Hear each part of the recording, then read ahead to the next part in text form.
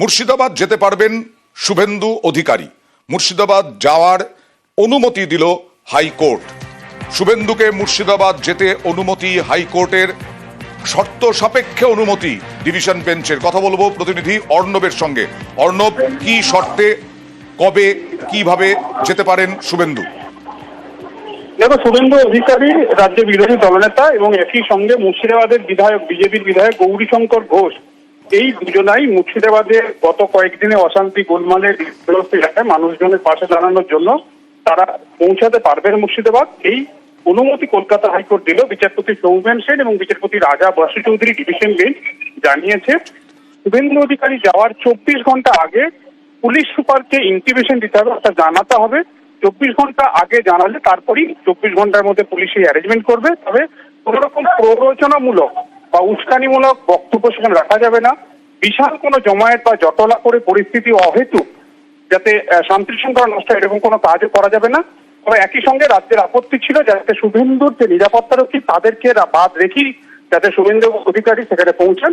যদি হাইকোর্ট সেই প্রস্তাব মানেনি রাজ্যে, এক্ষেত্রে শুভেন্দু অধিকারীর যে নিরাপত্তারক্ষী, রাজ্যের যুক্তি বা দাবি অনুযায়ী প্রায় 60 জন তার নিরাপত্তারক্ষী, তাদেরকে নিয়ে অন্য এক বিধায়ককে নিয়ে শুভেন্দু অধিকারী 24 ঘন্টা আগে এসপিকে জানিয়ে মুর্শিদাবাদের ক্ষতিগ্রস্ত ধুলিয়ান, সতী, শামশেরগঞ্জে পৌঁছাতে পারবে। বেশ, তার মানে শুভেন্দু অধিকারী ঠিক করবেন কবে যাবেন, তার 24 ঘন্টা আগে মুর্শিদাবাদের পুলিশ সুপারকে জানাতে হবে। পহেলগাঁওয়ে জঙ্গি হামলায় আতঙ্ক, উদ্বিগ্ন বালুরঘাটের সদ্য বিবাহিত দম্পতির পরিবার। নিরাপদে হোটেলে ফিরলেও এখনও তাদের চোখে মুখে আতঙ্ক। 16 এপ্রিল বিয়ে হয় অনুরাগ মণ্ডল এবং দীপান্বিতাদের। বিয়ের পরে কাশ্মীরে ঘুরতে যান দম্পতি। হামলার সময় পহেলগাঁওতেই তারা ছিলেন।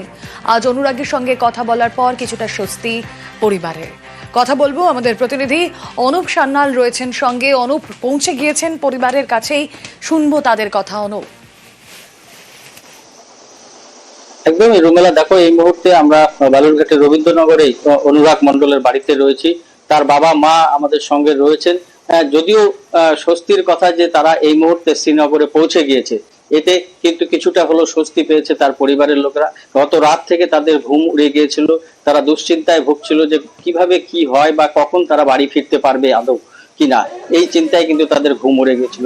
আমরা কথা বলার চেষ্টা করব তার মায়ের সঙ্গে, যে কি অবস্থায় তারা গতকাল থেকে কাটালেন বা তার ছেলে কোথায় আছে এখন। আমার ছেলে তো 9টা সাড়ে 9টার দিকে ইয়েতে ছিল, কাশ্মীরে ছিল। তারপরে 9:30টার দিকে শুনলাম, খবর এলো যে এরা 10টার দিকে শ্রীনগরে পৌঁছালো।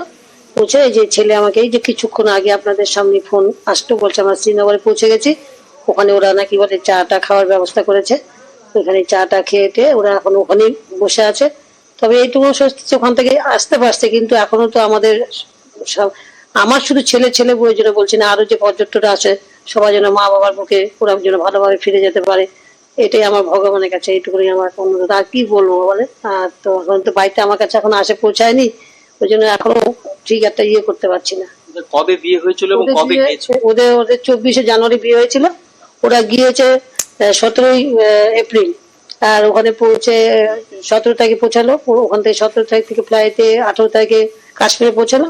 তারপরে তো গতকালের ঘটনা এটা হলো। তারপরে তো খবরে যা দেখতে পেলাম। ঘটনার সময় ওরা কোথায় ছিল? ঘটনার সময় ওরা পালেগাতেও ছিল, ওইখানেই ছিল স্পটেই। তারপরে ওরা ওখানে টিফিন করার কথা, টিফিন করে ওরা ঘোড়াতে উঠবে, মানে টিফিনটা করলেই ওরা তো ওখানে যা বুঝতে পারছেন কি হতো, উঠতে পারেনি। আর ঘোড়ার মধ্যে উঠেনি। ওরকম দেখে ওরা ওখান থেকে সদ্য বিবাহিত করেছে আর কি, ওখানে চলে এসছে। ওদের ড্রাইভার বলছে তোমরা জানলা দরজা বন্ধ করে ভিতরে চুপচাপ থাকো, তখন তোমাকে যখন বলা হবে তখন তুমি। ওরা তখন সারাদিন ওই ঘরের মধ্যে আছে, বুঝতে পারছেন ওদের মনের কি অবস্থা। ছেলে ভয়ে আমাকে আর কিছুই বলছে না। বেশ অনুপ, তোমাকে একটু সঙ্গে রাখবো এই মুহূর্তে। অনুরাগ মণ্ডল, যার বাবা মায়ের কাছে তুমি পৌঁছে গিয়েছিলে, তাদের উদ্বেগের কথা শুনছিলাম। অনুরাগ মণ্ডল এই মুহূর্তে রয়েছেন আমার সঙ্গে টেলিফোনে। অনুরাগ, স্বাগত জানাবো নিউজ 18 বাংলায়। আমি স্টুডিও থেকে রুমেলা কথা বলছি আপনার সঙ্গে। আপনি এখন কোথায় আছেন, কেমন আছেন? আমরা এখন আছি এয়ারপোর্টে আছি। এই এয়ারপোর্টের বাইরে একটা ওয়েটিং জোন করেছে সরকার থেকে, আপাতত ওখানেই বসে আছি আমরা এখন। আপাতত আতঙ্কে আছি, ভয়ে আছি যতক্ষণ অব্দি কলকাতা পৌঁছাতে পারছি ততক্ষণ। তবে এখানে একটু সেফ লাগছে, ফিল লাগছে, কারণ পুলিশ টুলিশ আছে, আর্মি আছে। তারপরে এইরকম অবস্থা। যেই সময় গতকাল এই ঘটনা ঘটেছে সেই সময় আপনারা পেহেলগাঁওতেই ছিলেন, কি ঘটেছিল হ্যাঁ, আপনাদের সামনে? আমরা 2টোর সময় লাঞ্চ করে পেহেলগাঁওয়ের পনি স্ট্যান্ড আছে, মানে পনি স্ট্যান্ডে গিয়েছিলাম। তো কেবল আমরা ঘোড়াগুলো ঠিক করে উঠবো, জাস্ট 1 কিলোমিটার অব্দি গেছি। তারপর উপর থেকে সব বলছে গান সাউন্ডের সাউন্ড এসছে, সব যে যার মতো পালাও। নিচ থেকে উপর থেকে সব ওরা ঘোড়াগুলো নিয়ে যে যার মতো নিচে আসছে, দৌড়ি হস্তে আবার আতঙ্কের মধ্যে আমরা কোনো মতে ঘোড়ার মধ্যে করে নিচে এসেছি, জাস্ট যাইনি, 1 কিলোমিটার অব্দি গেছি। ওই অবস্থায় উপর থেকে নিচে আমরা কোনো মতে এসে তারপর ওখান থেকে বলছিল যে যার মতো হোটেলে যাও বা এখান থেকে বেরিয়ে যাও, বেশি টাইম নষ্ট করো না। তো ওখান থেকে আমরা পেহেলগাঁওয়ের মধ্যে নাইট স্টে ছিল, ওখান থেকে সোজা আমরা হোটেলে গেছি। সারা রাত্রি হোটেল থেকে বেরোতে দেয়নি, খাওয়া দাওয়া হোটেলেই করেছি। তারপরে তো মিলিটারি পুলিশ আর্মি এসে হোটেলের বাইরে সব পাহাড়ে সারা রাত্রি ছিল। তারপর সকাল থেকে চেকিং হচ্ছে হেলিকপ্টার চারিদিকে। তো তারপর আমরা সকাল থেকে পেহেলগাম থেকে শ্রীনগর এয়ারপোর্টে বেরিয়েছি। তারপরে এখন তো অবস্থা এখন এয়ারপোর্টে। অনুরাগ, কাল যখন পেহেলগাঁওতে এই ঘটনা ঘটছে, আপনাদের সামনেই ঘটনা ঘটে, আপনারা বেঁচে ফিরেছেন, আপনারা সুস্থ আছেন, এর থেকে বড় আর কিচ্ছু নেই।